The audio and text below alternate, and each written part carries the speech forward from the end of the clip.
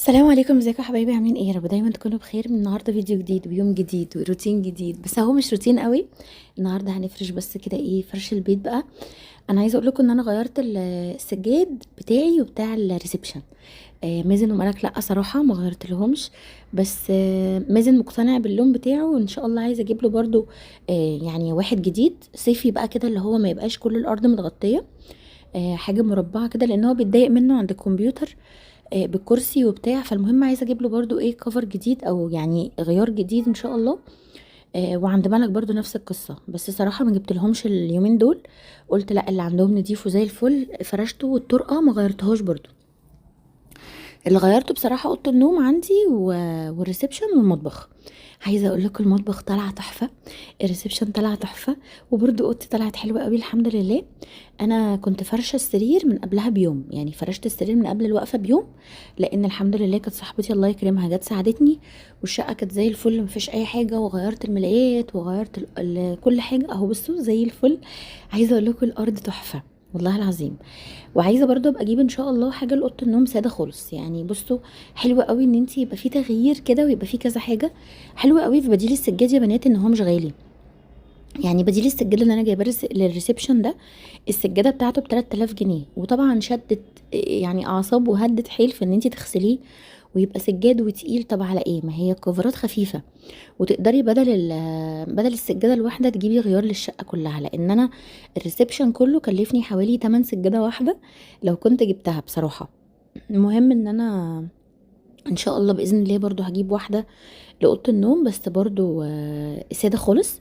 بفكر اروح اجيب الجري بتاع ده، لان في جري الرسمه دي في منها جري، فان شاء الله يعني بعد العيد كده هنزل برضو اجيب منها، يا اما ابيض بقى يعني، يا اما اوف وايت برضو، او ابيض لاوضه النوم ساده خالص. برضو حابه ان انا العب في الدرجات بتاعه السرير والالوان بتاعه الملايات وكده، وتبقى الارض برضو ساده، يبقى في كذا غيار، فاهمين؟ بس فانا كان عندي الغيار الوحيد اللي هو الملون ده. بصوا اللون طلع تحفه والله يا بنات، قولوا لي رايكم. عايزه اغير لون الركنه الجري دي، نفس اللون بتاع الجنزاري، بس عايزه اشوف المنجد، لان باسم قال لي مبلغ وقدره صراحه. فانا تنحت قلت له ها مصنعيه، بس يعني انا اللي هجيب القماش. فلقيت ان هي هتتكلف، سعرها هي اصلا عامله 8000 جنيه، فلقيت ان هي هتتكلف 7000 جنيه عشان اغير القماش. قلت له ايه ده؟ فانا هشوف منجد تاني صراحه ان شاء الله، هو بس يعني يغطي لي بس اللون، يعني مش مستاهله المبلغ ده كله. المهم ان انا عجبني بصراحه اللون ده، وما صدقت ان انا لقيته في شارع احمد ابو سليمان، بجد تحفه. حلو ان هو عنده كل المقاسات بتاعته، عامل زي السجاد يعني. عنده المقاس بتاعه، المشيات بتاعته اللي هي مقاس 80 ومتر ومتر وعشرين، اللي بيها ان انت تقدري تغطي اكتر حد مساحه عندك، مش تحتاجي ان انت تقصي، فاهمه؟ هي العتبات بس اللي انا قصيتها، يعني هم عندي عتبتين بس، العتبه اللي هي بتاعت باب الاوضه، والعتبه اللي هي حطها عند باب المطبخ. بس انا لو السجاده كانت اكبر شويه او اطول شويه برضو ما كنتش احتجت لها. بس لا، انا ما حبيتش اجيب بصراحه سجاد كبير قوي، لان انا هي واحده الاتنين في تلاتة اللي انا جبتها اللي هي عند الركن الجري رصاصي، انما عند الركن الجنزيري وعند المطبخ بصراحه جبتهم اتنين صغيرين، عشان ما يبقاش كبار قوي عليا، فاهميني؟ بس جبت بقى هنا، حبيت برضو ان انا ما بقاش مغطيه الارض قوي زياده عن اللزوم. فحبيت ان انا احطه كده ايه، يعني خدت المقاس بحيث ان هي تبقى قدام الوحده عند باب الشقه بالحمام. دلوقتي هتشوفوا في الفرش النهائي والله يا بنات. بصوا السجاده، بصوا الكفر، ولا كانه سجاد والله العظيم، ولايق بقى على الالوان كده وشكلها حلو قوي. حسيت ان انا يعني الحمد لله الحمد لله وصلت لحاجه كويسه. المره الجايه بقى ان شاء الله لما اغير لون الركنه، الغيار الجاي يبقى غيار بقى ايه، ابيض برضو، بس داخل فيه نغمشه كده من الجنزيري. انتوا عارفين انا كده عندي طقم جري اللي هو رصاصي البامب اللي انا لسه جايباه، والطقم ده كده ابيض، والطقم التاني اللي هو المشجر، اللي هو انا مش مشجر، اللي هو الدرجات اللي هي الجنزيري في الجري في الابيض. فحلو قوي كده، بس انا عايزه اوحد لون العفش بصراحه، القماش.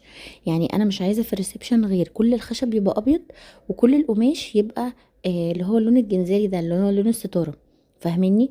بحيث ان انا بلعب بقى في الكوشن، يعني تبقى الكوشن مثلا ايه، جراي لون الارض.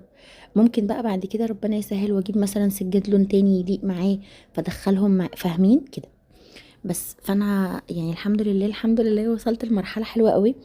اما بقعد اتفرج على فيديوهاتي القديمه بتعجبني جدا، بس ما كنت بقعد اقول هو ايه اللي انا كنت عاملاه ده، ايه المشجرات الكتير دي؟ لا لا، والله العظيم بجد بنات انا عايزه اقول لكم ان حتى ملايات السرير بقيت اجيبها اغلبها ساده، والمشجر اعمل ماتشنج بس بينهم، فاهمين؟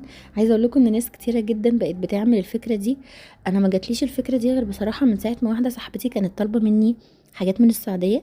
حبيبتي نوف الله يسعدها يا رب، كانت جايبه لي الهديه اللي هي طقم الجرانيت وطقم البايركس كانت طالبه مني ملايات العمريه، وكانت بعتالي يعني ايه هي عايزه تعمل ماتشنج.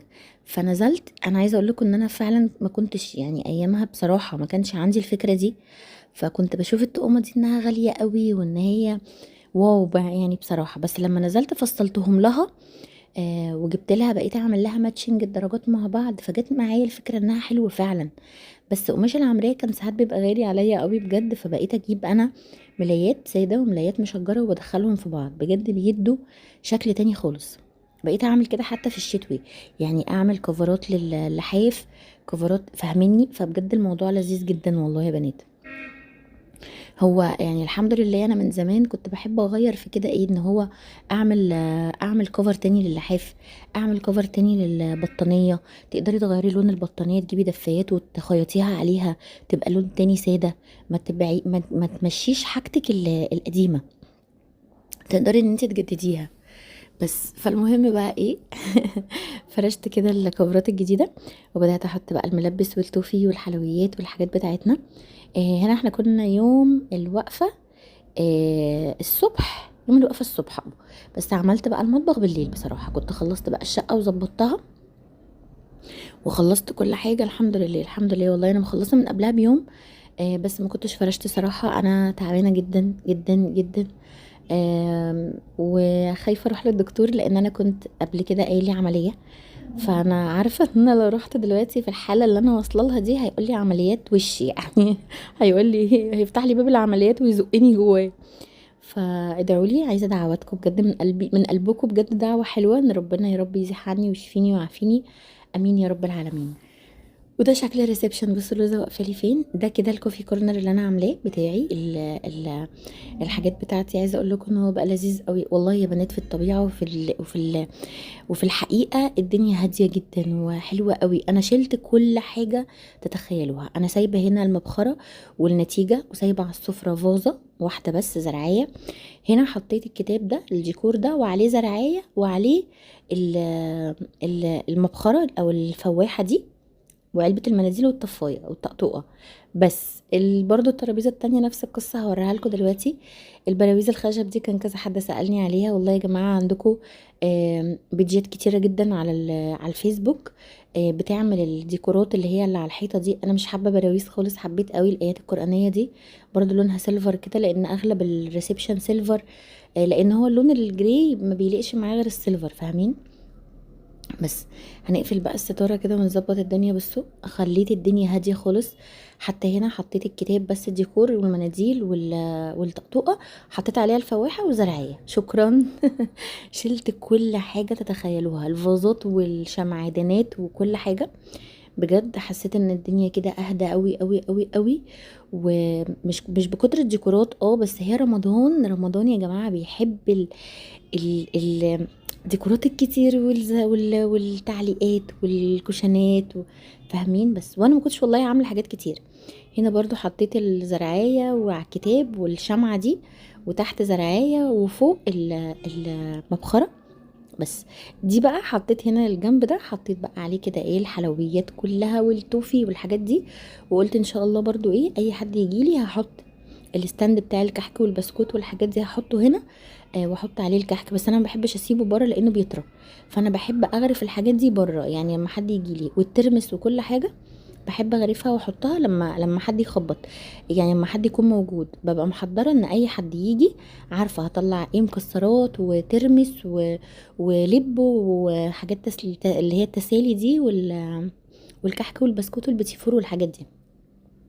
انما الحلويات والتوفي والحاجات دي في البنبنرات مقفوله، فاهميني؟ بس ان شاء الله هبقى اجيب طبق زي ده اللي هو المتقسم ده من جوه برضو للكحك والبسكوت والبيتيفور والحاجات دي برضو ايه، يبقى عندي زيادة لما حد يعني يخبط يبقى موجود، واجيب اطباق بس على قد كل حد عايز ياكل، فاهميني؟ بس فدخلت بقى كده على المطبخ، كنت خلصت الريسبشن خالص وظبطت الدنيا وفطرنا وظبطنا وشربت الشاي وكل حاجة، حتى الدنيا بالليل اهي. المهم دخلت بقى كده على المطبخ، كان في مواعين حطيتها في الغسالة، استنيت لما فطرنا عشان احط المواعين في الغسالة. وان شاء الله شغلها. انتوا خدتوا بالكم ان انا اللي نقلتها؟ والله يا بنات انا اللي نقلتها، هي كانت في الناحية التانية يعني قبل علي ما يمشي. قال لي طب، قلت له طب انقلها لي كده. فلما نقلها ولقيت الموضوع صعب يعني اتكسفت اقول له رجعها لي مكانها تاني، هي كان ده مكانها اصلا، يعني من ساعة الراجل والشركة ما جت ركبتها لي وده مكانها اصلا، انا دخلتها على المكان ده. فجينا نقلناها في الوش الناحية التانية، لا كانت وحشة جدا جدا جدا جدا. بغسل المواعين فوقيها، هنا بصفي المواعين جنبها، انما الناحية التانية كنت لو في مواعين بغسلها فوقيها، لو في مثلا حاجة وبعدين طالعة بارزة لقدام والبوتاجاز بارز من الناحية التانية، فكان المنظر مش احسن حاجة. لا هي على صف البوتاجاز حلوة قوي ان هما الاتنين طالعين نفس العمق بتاعهم، وفي النص حاطة الستاند اللي هو بتاع الفرن. وحاطه تحت بقى اللي هي ايه، الطبق اللي كانت بعتهولي حبيبتي، الصفايه بتاعت الزيت والحاجات دي كلها، وحله الضغط اللي هي الالومنيوم، واي صواني بستخدمها او حاجه حطها في الدولاب ده من تحت اللي هو بين البوتاجاز والغساله. وحطيت بقى فوق كده عليهم طقم التوزيع بتاعي وطقم البهارات اللي انا بستخدمه على طول، فهمتوني؟ بس بدل ما يبقى فوق في الدولاب وافضل كل شويه البوتاجاز بقى بعيد عن الضلفه، فانا مش عارفه اجيب البهارات من فوق من الدولاب عشان افضل استخدمه على البوتاجاز.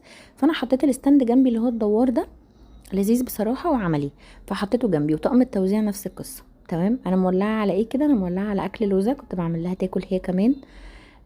بس. وعلبة الحلويات دي ماما جابتها لي، لقيت ماما بتخبط وهي وبابا وجايبينها لي، فربنا يخليهم ليا يا رب ويبارك لي فيهم.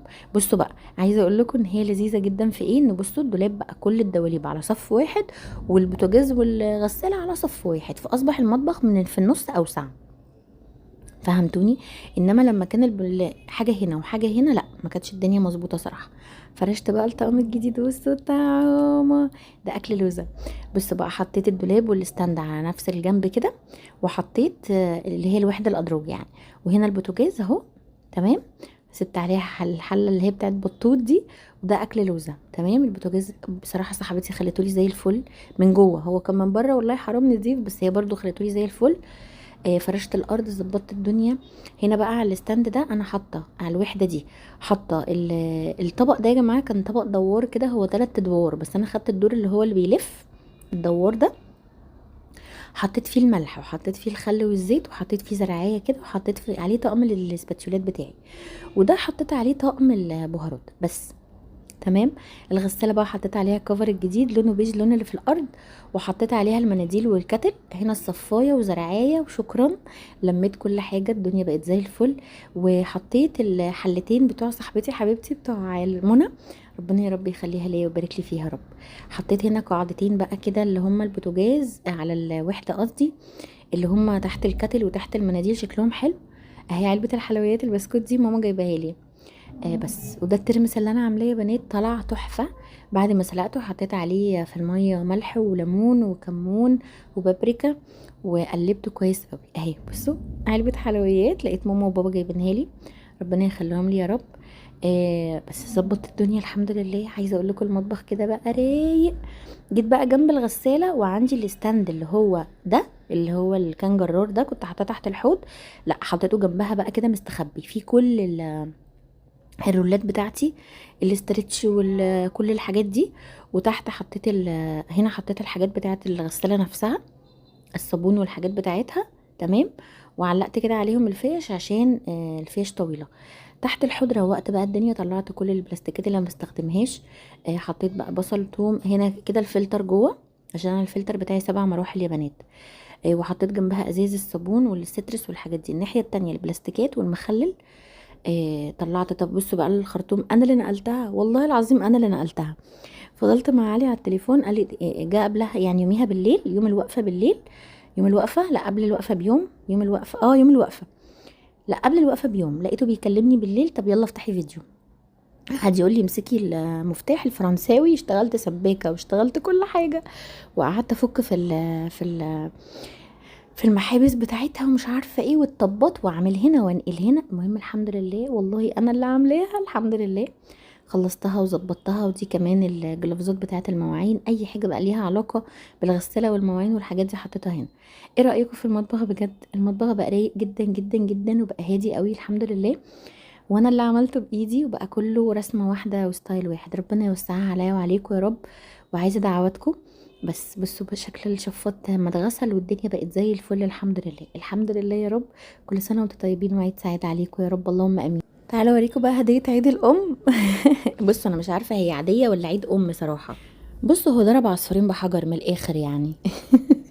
بص لقيت علي بعت لي الكادو ده، لقيته المندوب بيتصل بيا بيقول لي جاي لك اوردر هديه، فقلت له ماشي اوكي ماشي والله انا بحب الهدايا، انا ماشي انا موافقه. انا جالي بوكيه ورد اول امبارح من حبيبتي بيرو، ربنا يا رب يخليها لي، وده من علي. هو بوكيه ورد بس شوكولاته، فعجبني يا جبانات قوي وفكرته تحفه، بس قلت اصوره لكم الاول قبل ما افتحه. قعد يقول لي ها، قلت له ده انا هيجيلي فوق السكر سكر تاني، ده انا السكر هيشتمني من كتر الحلويات اللي باكلها. بس الحمد لله والله بجد شكرا، ربنا يخليك ليا يا حبيبي، ما يحرمنيش منك ابدا يا رب، وتعيش وتجيب لي. وان شاء الله يا رب السنه الجايه نكون مع بعض، اللهم امين. العيد وحش قوي من غيره بجد، بس الحمد لله ربنا يا رب يخلي لي ولادي ويوسع رزقه ويصلح حاله ويكرمه ويبارك له، ويا رب يا رب يا رب كده جايب لي كل حاجه حلوه. ربنا يخليك ليا يا حبيبي، ما تحرمش منك ابدا. بصوا دي واقفه بتستكشف. كل سنه وانتم طيبين وعيد سعيد عليكم حبايبي.